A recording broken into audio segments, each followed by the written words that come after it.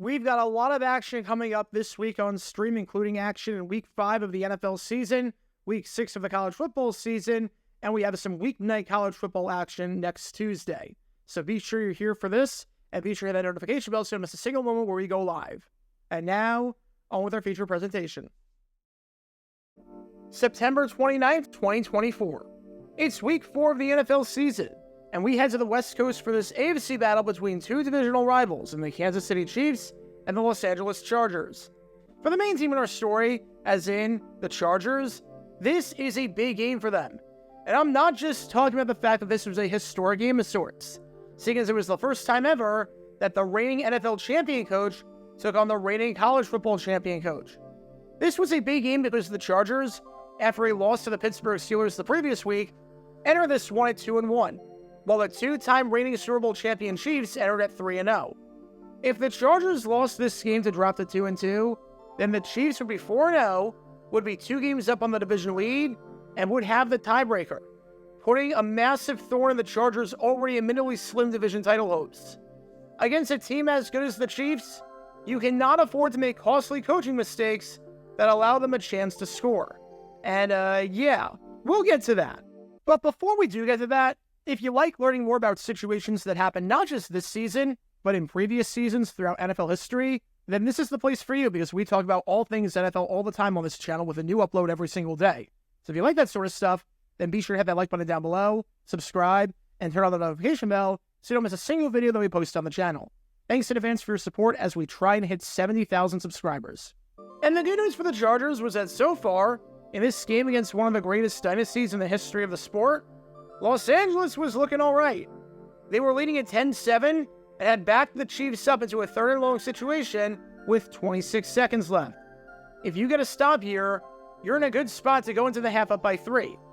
The good news is that the Chargers get the stop, as even though Patrick Mahomes completes the pass, it only goes for a gain of 10. Perfect. Now, if you're this man right here, head coach Jim Harbaugh, call your timeout and you're golden. Call your timeout and you force the Chiefs to punt.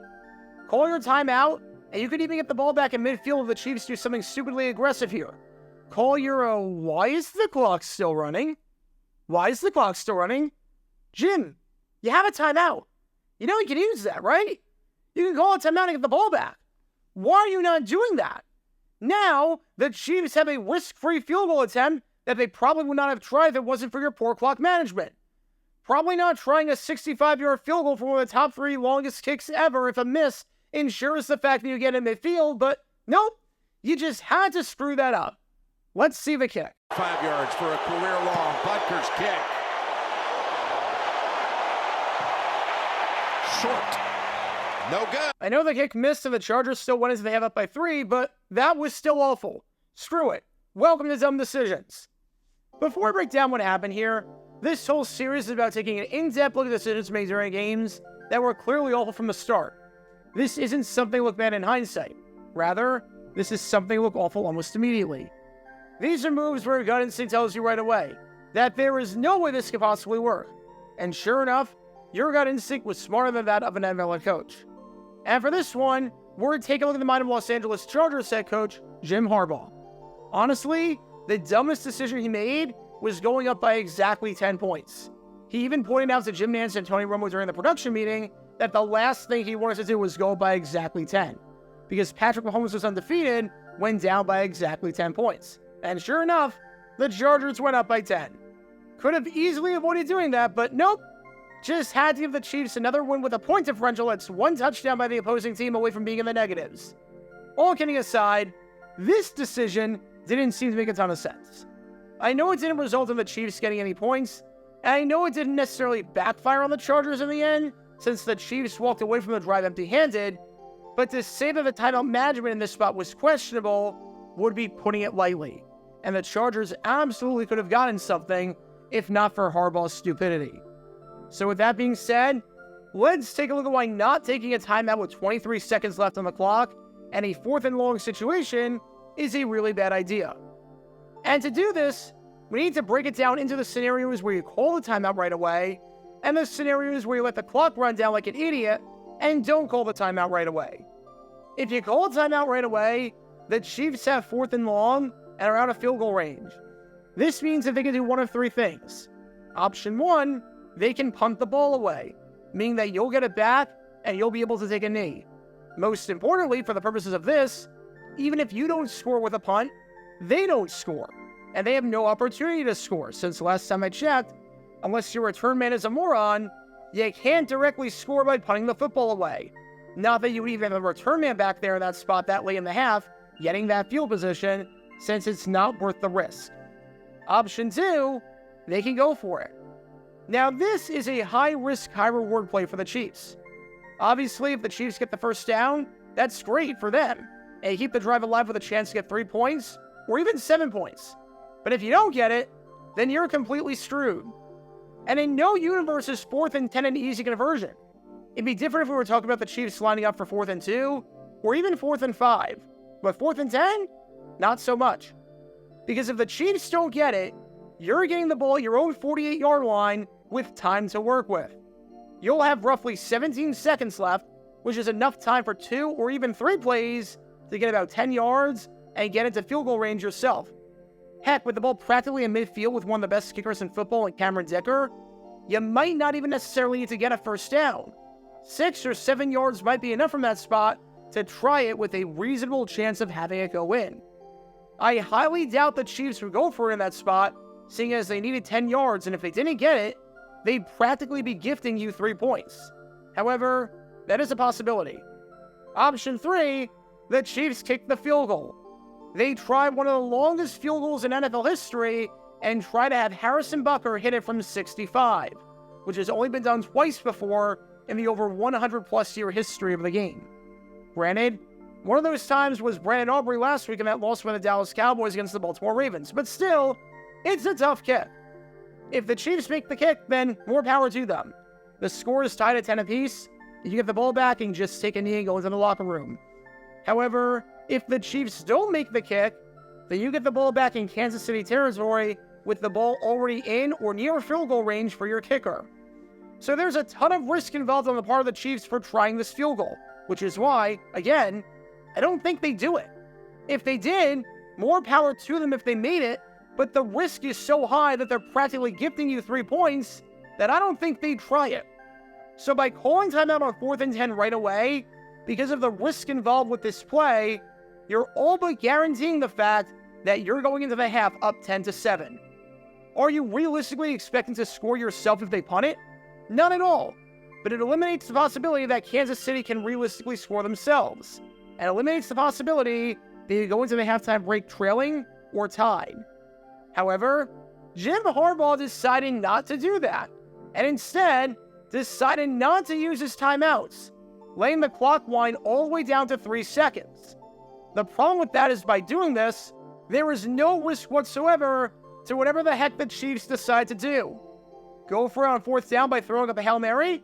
Alright, if it doesn't work out, it doesn't matter, since it's not as though we're giving up good field position, seeing as the half is over and the clock is at zeros. Go for it on 4th down but don't try the Hail Mary? Alright, if it doesn't work out, it doesn't matter, since it's the end of the half, and there is a possibility for an untimed down if you commit a penalty. Kick the field goal? If it doesn't work out, it doesn't matter, since the half is over.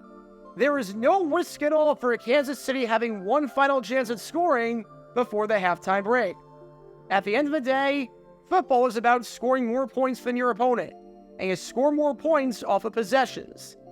In the first option where you call the timeout right away, you increase your likelihood that Kansas City doesn't score on this possession, while at the same time, you increase the likelihood that you get the ball back and you score yourself to increase the lead.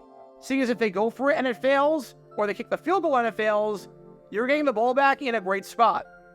In the second option where you don't call the timeout right away, however, you increase the likelihood that Kansas City scores on this possession, while at the same time, you decrease the likelihood that you score before the half, seeing as you won't touch the ball again, and seeing as the Chiefs know there's no risk since even though it's 4th down, it's essentially an untimed down. It's the last play. And it's not like you'd be saving that timeout for anything else, seeing as you can't take it with you into the second half, and seeing as you can't get the ball back without calling the timeout in the first place. So that's not a good argument if that was the logic there.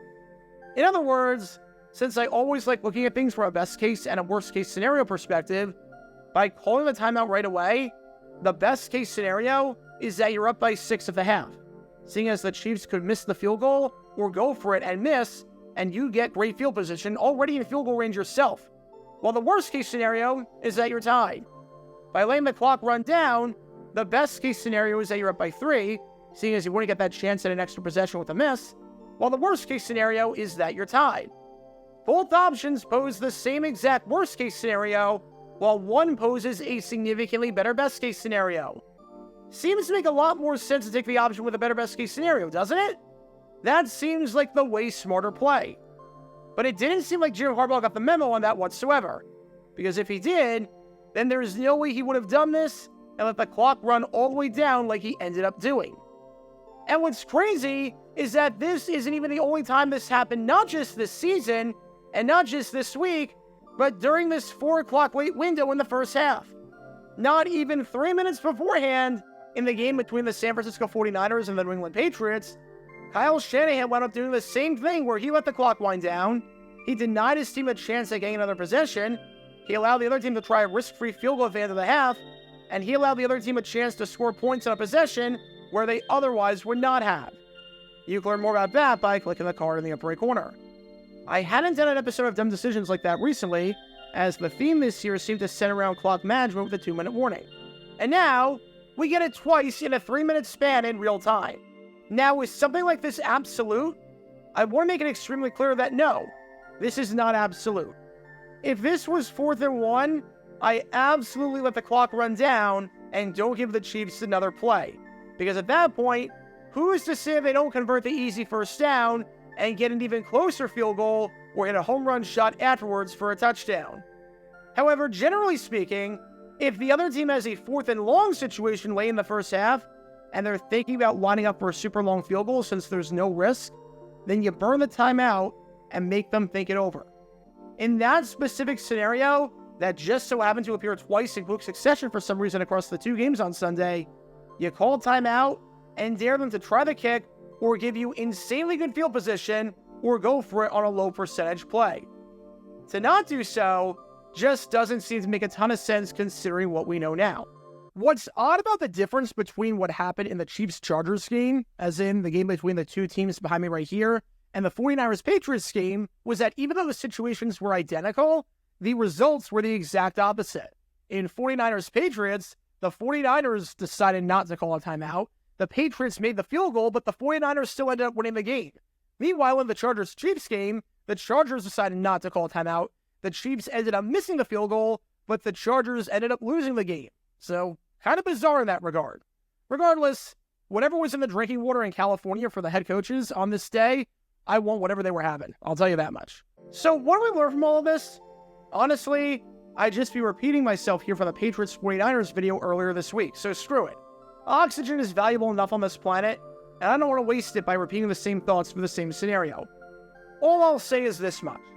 As a general rule of thumb, much like I have my strategy on calling timeouts before the 2-minute warning in a way that maximizes your time, I have a strategy on calling timeouts before the end of the first half to maximize your chances of not allowing points and to maximize your chances of scoring yourself in a relatively risk-free manner.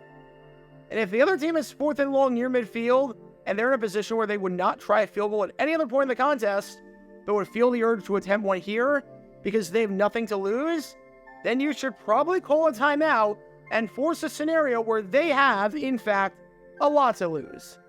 Because when all these elements are in play, you can't exactly be surprised when this play backfires. Talk about a dumb decision. Be sure to like and subscribe if you have not done so already, as it helps the channel out a lot, and check out my other channels, JG8 for the history of college football, JG7 for the history of baseball, and JG9 News, where we talk about all things happening in the NFL. Join me every Wednesday night at 8 p.m. Eastern, where we'll play live NFL trivia for cash prizes. And make sure to join me live as we're on stream just about every single day. And thanks to all our Patreon members and our YouTube members for helping out the channel. See how you become a member and show your support financially in the description down below.